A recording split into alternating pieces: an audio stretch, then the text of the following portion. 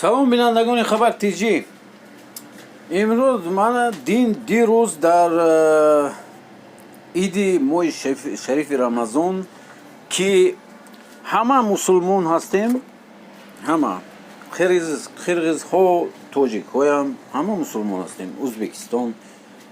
Лекин дар рӯзи ид ҳам намондан, ҷим нашиштам, тинч нашиштам, ки боз тирпаронӣ карданд.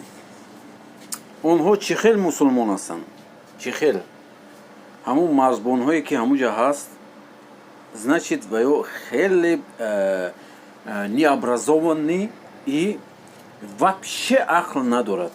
Кадом сарҳаде ки мондааст ки тирпаронӣ мекунад? Кадом одами мусулмон дар рӯзи ид тирпаронӣ мекунад? худатон гӯед шумо. дар маълумоти ҷониби қирғозҳо ин садошудагӣ ба фикри ман ки чорводорӣ ҳаст дар шаҳри Хорух, ки намедонам якчанд гӯсфанд аст ё чӣ аст дар унҷо, ки постоянно ҷангу бор мекунанд. то ки ин давом мекунад, дӯстони азиз? ин рӯзи ид буд, ин хел мумкин нест ку дар ягон ҷои, дар ягон дунё, дар рӯи дунё ин хел мумкин нешуданаш. ҳамун марзбонҳоя аз он ҷо гирифтан дар кор, алиш кардан на кор, ягон одами ба ақла мондан кор.